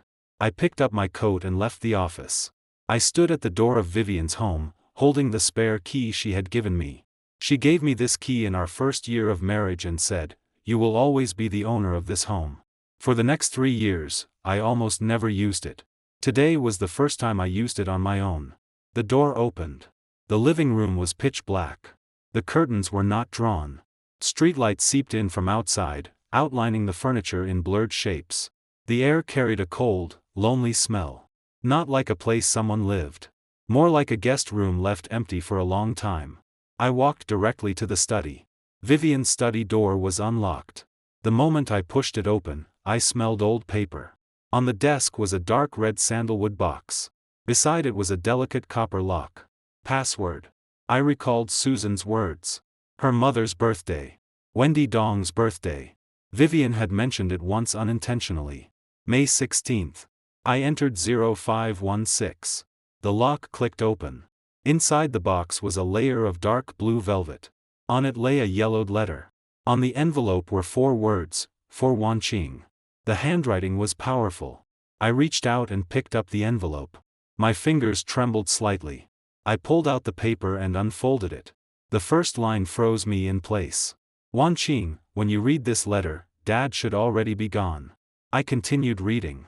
Dad spent 20 years founding Cheng Technology. But in the last 2 years of my life, the thing I worried about most was not the company. It was you. Your mother taught you too well. So well that you turned yourself into a warrior. You do not understand weakness. You do not understand sharing burdens. You do not understand how to share your fear and vulnerability with another person. You carry everything on your own shoulders. You think only by doing so do you deserve to keep the Cheng family business. But child, the Cheng family business is not important. What matters is that you live well. So Dad asks one thing of you in this letter. Do not let the Cheng family business become the chain of your life. If you meet someone truly good to you, be willing to give yourself to him. And give the company to him. Because someone who truly loves you will not covet your things. He will treat your things as his responsibility.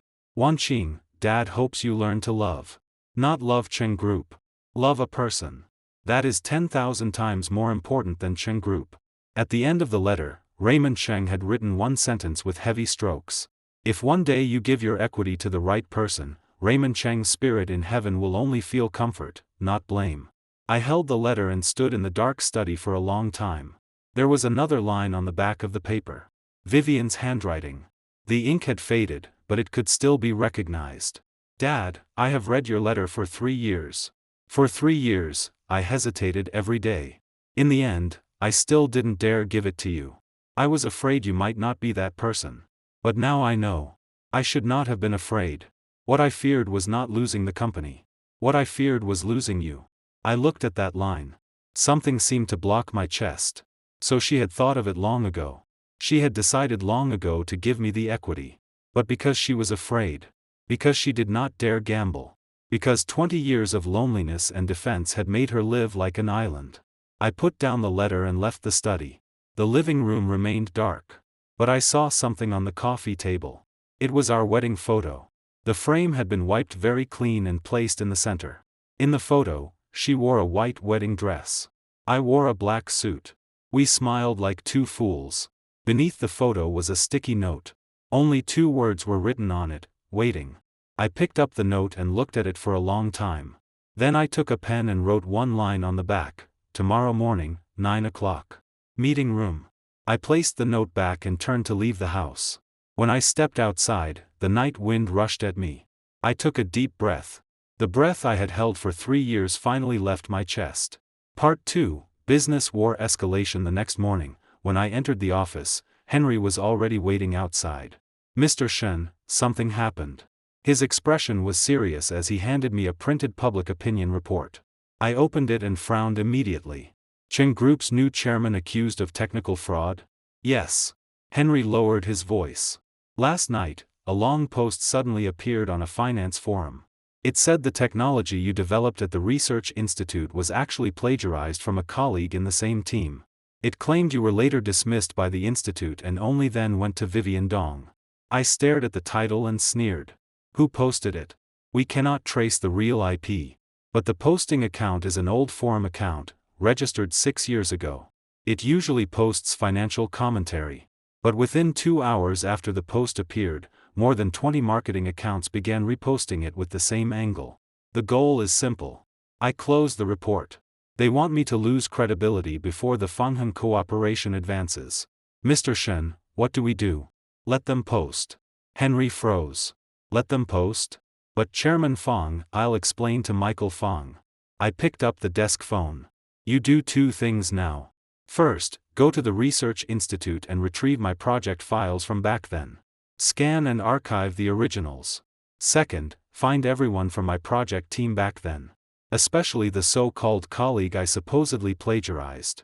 Let's see who is stabbing me from behind. Henry nodded and quickly left. I called Michael Fang. Chairman Fang, did you see today's news? I saw it. Michael's voice was calm. Sean, I don't believe those things. I believe your patent. Technology doesn't lie. You spent 2.5 years developing it. I have the sample. I have the test data. I also have third-party certification. Whoever wants to use this little trick against you is wasting effort. But I need your help with one thing. Go ahead. Help me check whether the person who posted that article has anything to do with Victor Li. The other end of the phone was silent for a few seconds. Victor Li? One of your shareholders? Yes. He was the loudest one at the last board meeting. I said.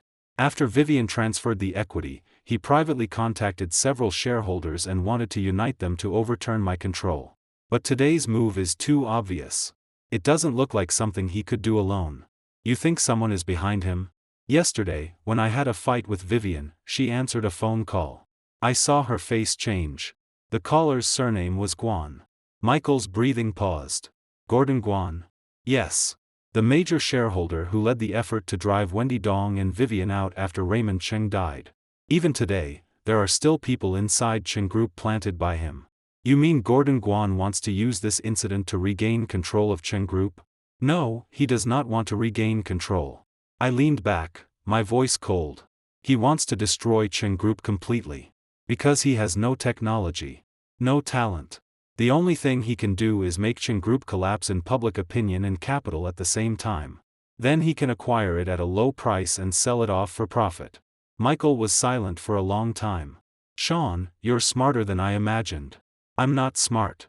I have been waiting for this game for 3 years. At 2 in the afternoon, Victor Lee appeared at my office door with 3 shareholders. Mr. Shen, I have something to say to you. Victor Lee was tall, square-faced, in his 50s. He always spoke with an official tone. At the last board meeting, he was the one who slapped the table. Come in. I leaned back and watched him lead the others in and sit across from me. Victor threw a document onto the desk. Sean Shen, we are not here to argue today. We are here to notify you. In 3 hours, we will hold an emergency shareholders meeting and vote to remove you as chairman. I looked at the document and did not move. President Lee, what is the reason? Reason? Victor sneered. Do you still need a reason? Technical fraud, deceiving shareholders, damaging the company's reputation. Which one is not enough? Technical fraud. Do you have evidence? The online posts are not enough? Online posts are public opinion. Not evidence. I picked up the desk phone. Henry, bring the materials in. Henry pushed open the door and entered, holding a laptop and a thick folder. He placed the computer on the desk and opened a video file. This is the full recording of my project defense at the Research Institute 3 years ago. I turned the screen toward Victor Lee. Every step of the RD process, from project approval to debugging to test results, carries signatures from the Institute mentor and team members. Tell me, whom did I plagiarize? Victor's expression changed slightly. Humph, videos can be edited. Then what about this original file? I opened the folder. Inside were the original Research Institute archives. Clear paper documents. Every page had the date and signature from that time. These are original scans I pulled from the Research Institute archives. If you still don't believe it, we can go to the Institute now and confront them face to face. Victor's face turned completely ugly. The 3 shareholders looked at one another. Some began lowering their heads to touch their phones. President Lee. I closed the folder and leaned back. You came to remove the chairman with a few marketing account articles from the internet? Aren't you underestimating me too much? Victor gritted his teeth. Sean Shen, don't get cocky. You think getting control means everything is settled? Half the company does not recognize you. You are an outsider. What gives you the right to sit in that position? What gives me the right? I stood, braced both hands on the desk, and leaned down to look at him. Because Cheng Group's core technology was all built by me. Because I now hold the large order from Fangheng Group. Because with one sentence, I can double the company's revenue. Victor Lee, you said half the company does not recognize me. Then tell me, who do they recognize? You? What have you done for the company? Victor's face turned from red to white. You are an old employee from Raymond Cheng's era. You think because you followed Raymond Cheng for 10 years, you have the right to challenge me? My voice was word by word. But you forgot. Cheng Group went from nearly bankrupt to industry leader because of me. If not for me, you would know nothing. Victor's fingers trembled. He stared at me for several seconds, then suddenly sneered. Sean Shen, you think you won? Let me tell you. Gordon Guan is already on his way. He will bring the original share certificates from back then to today's emergency shareholders meeting. The 15% equity in his hand, plus ours, is enough to overturn your control. Victor stood and straightened his collar. You had better pray your technology is real. He left with the others. Only Henry and I remained in the office. Henry's face was pale. Mr. Shen, is Gordon Guan really coming? He will. I sat back down. Because he has waited too long for this chance. Then what do we do? I pushed my phone toward him. On the screen was a message I received 2 minutes earlier. The sender was Susan. Sean, the original 15% equity Gordon Guan holds had a supplementary agreement when Raymond Cheng gave it to Wendy Dong. The agreement says that if the actual controller of Cheng Group is not a Cheng family member, Gordon Guan's shares automatically become invalid. Your current identity is Cheng Group's legal controller. So Gordon Guan's shares have legally become void. I looked up at Henry. Print 30 copies of this agreement. One for every shareholder. The emergency shareholders meeting began at 5 in the afternoon. More than 40 people sat in the hall, double the number from last time. Many small shareholders who usually did not attend had arrived today. Clearly, someone had notified them in advance. I sat in the main seat. To my left sat Henry and the company's legal advisor. To my right was an empty seat. That was Vivian's seat. But she had not come today. Victor Lee sat at the other end of the long table. Beside him were the 3 shareholders in his faction. At the last row of the meeting hall stood a gray-haired man in a dark gray suit, leaning on an ebony cane. Gordon Guan. He looked over 60. His temples were white, but his eyes were sharp as a hawk's. He looked at me with a faint smile at the corner of his mouth. The meeting began. Victor Lee was the first to stand. Shareholders, today's emergency shareholders meeting has only one purpose. To remove current chairman Sean Shen. There are 3 reasons. First, Sean Shen is suspected of technical fraud. Second, Sean Shen used improper means to force former chairwoman Vivian Dong to transfer equity. Third, as the company's largest shareholder, Sean Shen refused to disclose the company's true financial condition to all shareholders. The moment he finished, the meeting room buzzed. I stood and raised my hand, signaling for silence. I will answer President Lee's 3 reasons one by one. I connected my laptop to the projector and opened the Research Institute's original files. Technical fraud. These are the originals. Everyone can review them. On the screen appeared RD logs, mentor signatures, and test data. Every page was clear. As for improper means forcing Vivian Dong to transfer equity, I pressed the remote. The screen changed to Vivian signed equity transfer agreement. This is the agreement President Dong signed voluntarily. Black and white. Legally valid. If there are doubts, our legal team can cooperate with any third-party organization for handwriting verification at any time. Finally, financial condition. I pressed to the last page. A complete financial audit report appeared on the screen. This is last quarter's third-party financial audit result. Fully public. Fully transparent. No concealment. The meeting room was quiet for several seconds. Victor Lee's face was iron blue. Gordon Guan, standing in the back row, suddenly spoke. Young man, you speak beautifully. But what use are these things? I watched Cheng Group grow from nothing. You, an outsider, want to take charge with a few pieces of paper? He walked step by step to the long table. His cane struck the floor with dull taps. Shareholders, I came today with the original equity certificate of Cheng Group. 15% of shares. Enough to change the result of this shareholders' meeting. He took a yellow document from the inner pocket of his suit and held it up. This original equity certificate is ironclad proof that I founded this company with Raymond Cheng. Raymond Cheng is dead. Wendy Dong ran away. Vivian Dong sold the company to an outsider. But I, Gordon Guan, am still here. Cheng Group cannot fall into an outsider's hands. The moment he finished, the atmosphere became tense. But I smiled. Mr. Guan, is that original equity certificate still valid? Gordon frowned. What do you mean? I took 30 printed copies of the supplementary agreement from my briefcase. Each contained a copy with Raymond Cheng's signature. This is the supplementary clause inside the original equity subscription agreement signed between Raymond Cheng and you. The clause clearly states that if the actual controller of Cheng Group is not a direct Cheng family relative, your shares automatically become void. Right now, the actual controller of Cheng Group is me. And I am Vivian Dong's legal spouse. I possess legal identity as a direct member of the Cheng family. Your shares no longer carry voting rights. Gordon's face turned pale in an instant. He flipped through the supplementary agreement line by line. His hands trembled harder and harder. This is impossible. When Raymond Cheng signed the agreement back then, this page did not exist. Yes, it did. A voice came from the meeting hall entrance. Everyone turned. Vivian stood at the doorway. She wore a black long dress. Her hair fell simply over her shoulders. There was no makeup on her face. But her eyes were bright. Bright like fire. She walked in, followed by an old man in a dark Chinese-style jacket. "This is Attorney Fong." Vivian's voice was clear and powerful. When Raymond Cheng made his will, he was the witness. That supplementary clause was personally added by Raymond Cheng on the final page. Gordon Guan, you thought what you held was the original. But you did not know that Raymond Cheng had already added this clause to the second retained copy.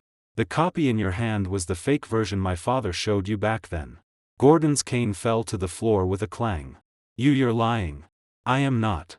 Vivian walked to the long table. She accepted a sealed document bag from Attorney Fong, opened it, and pulled out an identical original agreement. Then she flipped to the final page. The supplementary clause was clear. At the bottom right corner, Raymond Cheng's signature and date were unmistakable. My father predicted today before signing this agreement. Vivian placed the agreement on the table and pushed it before Gordon. He guarded against you for 20 years.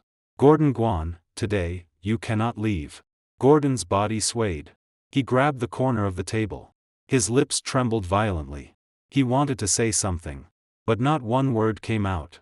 The meeting hall was deathly silent. Then applause sounded. Henry was the first to clap.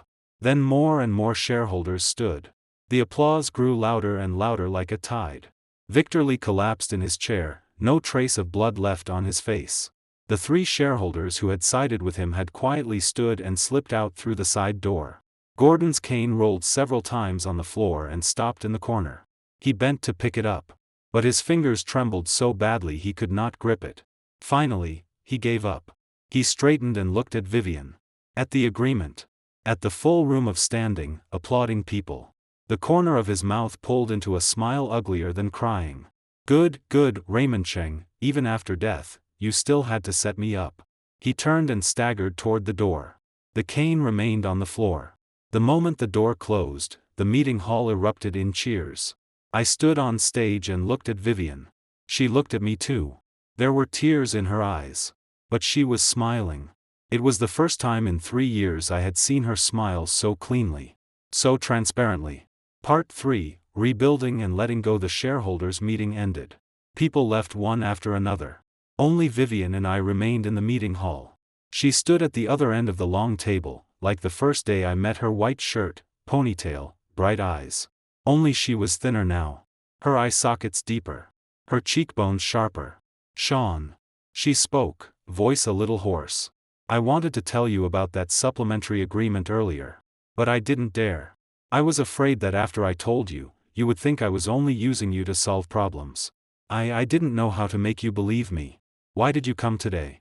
She lowered her head and looked at the tips of her shoes. Because I didn't want you to face him alone. Her voice was very light. Gordon Guan is the debt my father left behind. I should repay it. I cannot let you carry it for me. Vivian Dong. I stepped down from the stage and walked to her. She lifted her head. Her eyes were full of tears. You saw what I wrote in the study yesterday? I did. Then are you still angry with me? I looked at her and was silent for a long time. I am no longer angry. I said. But I have not forgiven you either. Her tears fell. That's okay. It's okay if you don't forgive me. She wiped desperately, but the tears would not stop. Just let me stand beside you. You don't have to forgive me. Just let me look at you. Looking at her tears, I suddenly remembered the sentence in Raymond Cheng's letter.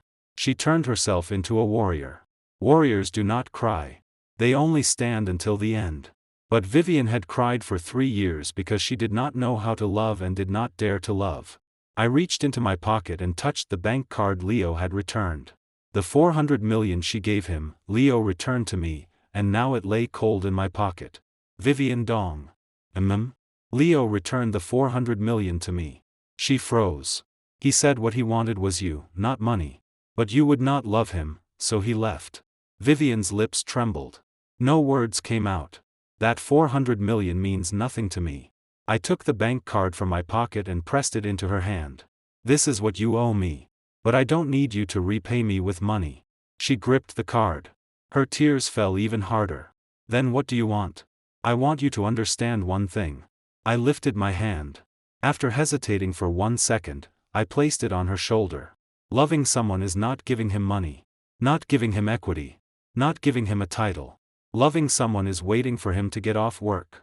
Asking whether he is tired. Eating meals with him. No matter how busy you are, keeping that person in your heart. It is okay if you do not know how yet. I can wait. But you have to learn. Vivian suddenly lifted her head and looked at me. Tears slid down her cheeks and fell onto the back of my hand. I'll learn. Her voice carried sobs. I'll learn everything. Sean, teach me. Please teach me, okay? Looking at her, I suddenly smiled. It was the first true smile I had given in 3 years. Okay. I'll teach you. I reached out and pulled her into my arms. She cried in my embrace until her whole body shook, as if she were releasing 3 years of grievance, fear, and loneliness all at once. I held her and gently patted her back. Outside the window, night had fallen. City lights turned on, one by one, like diamonds scattered across the ground. I knew there was still a long road between us. Trust had shattered. To piece it back together would take time, patience, and countless days and nights. But at least we were finally standing on the same side. 3 months later, the joint venture between Fangheng Group and Qing Group was officially established. On the day of the opening ceremony, many media outlets and industry leaders arrived. The conference hall was packed. Michael Fong stood on stage, holding champagne, smiling with spring-like satisfaction. Today, I announce that the strategic cooperation between Fangheng Group and Qing Group has officially landed. The new company is named Hengchuan Technology. Sean Shen will serve as CEO. Fangheng Group and Qing Group each hold 50% equity. Thunderous applause filled the room. I stood beside Michael in a new black suit. My hair had been cut shorter. I looked much sharper. Vivian sat in the first row. She wore a goose-yellow dress. Her hair was pinned up, and her makeup was light. She had gained a little weight compared with before. Her cheeks had color now. When she smiled, it was finally no longer cold. Henry sat beside her, whispering something. After listening, she smiled and nodded. After the ceremony, Michael came over with a wine glass and patted my shoulder. Sean, you are famous in the industry now. Young, promising, worth hundreds of billions, and reunited with your wife. A winner in life. I smiled. Chairman Fong, that's not very fair. We agreed it was just cooperation, but you insisted on changing the joint venture's name to Hengchuan. I didn't even have time to object. What's there to object to? Hengchuan is a great name. It has the Heng from Fangheng and your Chuan. Grand. Michael blinked. And didn't your wife have no objection either? I turned and glanced at Vivian. She happened to be looking over. Our eyes met. She smiled at me. That smile was warm. By the way. Michael lowered his glass and lowered his voice. Gordon Guan's case has been filed. Forgery of agreements, market manipulation, commercial fraud. 3 charges. Enough to keep him inside for 10 years. I know. And Victor Li? He voluntarily resigned as shareholder and sold his shares to us. I said. When he left, he said nothing. He only packed his things and walked out without looking back. That's good. Michael nodded. A person like that is a disaster if kept around. He raised his glass. Come, Sean. To our happy cooperation. And to Qing Group's future. I lifted my glass and clinked it with his. The wine entered my mouth. Spicy, rich, and mellow. Sunlight poured through the window and fell over the guests, warm and golden. In the 3rd week after the joint venture officially began operating, I received a letter. Not an email. A paper letter in a craft envelope. The postmark came from a small town I had never visited. I opened the envelope. Inside was a handwritten sheet. The handwriting looked familiar. Sean, by the time you read this, I should have been running the supermarket in my hometown for 3 months. It is much more tiring than I imagined. Every day, I move goods, organize shelves, and handle accounts. At night, when I lie in bed, I can barely lift my arms. But my heart feels steady. Last time, when I said I was going home to help out, I didn't tell the whole truth. The real reason I went back is that my parents are getting old. My father was diagnosed with diabetes last year, and my mother can't handle everything alone. I am their only son. It was time for me to go back. On the day I left, I told you I liked Vivian Dong. That was true. But I also know her heart only has you. I tried. I worked hard. But some things cannot be obtained through effort. I do not hate you. I do not hate her either. I thank both of you. Thank you for helping me understand that loving someone is not possessing her. It is letting her be happy. Is she happy now? If she is, that is enough. By the way, after I returned that 400 million to you, I thought a lot on the way home. You are stronger than I am. You took back what you deserved and took back your love. I could not get what I wanted. But I did not lose either. At least I learned to let go. If you ever have the chance to visit my town, remember to find me. I'll treat you to my mother's dumplings. Pork and Napa cabbage filling. They're amazing. I wish you and Vivian well. Leo. I folded the letter and placed it back into the envelope. That evening, when I returned home, Vivian was cooking in the kitchen. Recently, she had become obsessed with cooking. Every week, she learned 2 new dishes. Sometimes there was too much salt. Sometimes the heat was wrong. But she was serious. Every time she finished, she would nervously carry the dish before me and wait for me to take the first bite. Sean, try this braised pork. I followed the tutorial. She walked over with the plate. There was an oil stain on her apron, and a few strands of hair had fallen loose. She looked a little messy. But her eyes were shining. I picked up a piece of meat and put it into my mouth. It was salty. But I nodded. Good. Her face immediately curved into a bright smile. Like a cat whose fur had been stroked smooth. Really? Then tomorrow I'll make sweet and sour ribs. Okay. She turned and ran back into the kitchen, humming a song. I sat at the dining table and watched her back. Suddenly, the empty place in my heart seemed to be slowly filled by something. In Raymond Cheng's letter, he wrote, "Loving a person is 10,000 times more important than Cheng Group." I did not understand before. Now I did. 1 year later, Hengchuan Technology's first product officially launched. On the first day, pre-order volume broke the industry record. At the celebration banquet, Michael Fong drank until his face was red. He grabbed my hand and said, "Sean, you were born to smash my rice bowl." I laughed and clinked glasses with him. "Chairman Fong, your rice bowl is too big. I can't smash it." Both of us laughed loudly. Vivian sat nearby, watching us make noise. She held a glass of juice. Today, she wore a white dress. Her hair fell loose over her shoulders. She had gained 10 pounds compared with a year ago, and her whole person looked much softer. "Sean, don't drink too much," she said softly. "Okay." I put down the glass, walked over, and sat beside her. She reached out and adjusted my tie. The motion was natural, as if she had done it 1,000 times. "Vivian. Leo wrote to us." She froze slightly. "How is he?" "Pretty good. His parents are doing better. He took over the family supermarket and even opened a second branch. He said if we have time, he wants us to visit. He'll treat us to dumplings." Vivian lowered her head and smiled. "Are we going?" "Yes." I held her hand. "Next spring, when the weather is warmer, we'll go together." She looked up at me. There was a thin layer of moisture in her eyes. But her smile was warm. "Okay." Outside the window, the city night stretched open before us. Lights extended endlessly like a river flowing into the distance. I leaned back in my chair. Vivian leaned against my shoulder. The banquet continued. Glasses clinked. Voices rose and fell. But in this moment, I felt only quiet. Those 3 years of pain, grievance, anger, and unwillingness were like reefs washed by time. Their sharp edges had been worn down, but their solid foundation remained. She learned how to love. I learned how to wait. We both learned how to piece things back together, one broken shard at a time. Not perfect. But enough. That's all for today's story. Remember to subscribe and leave a comment.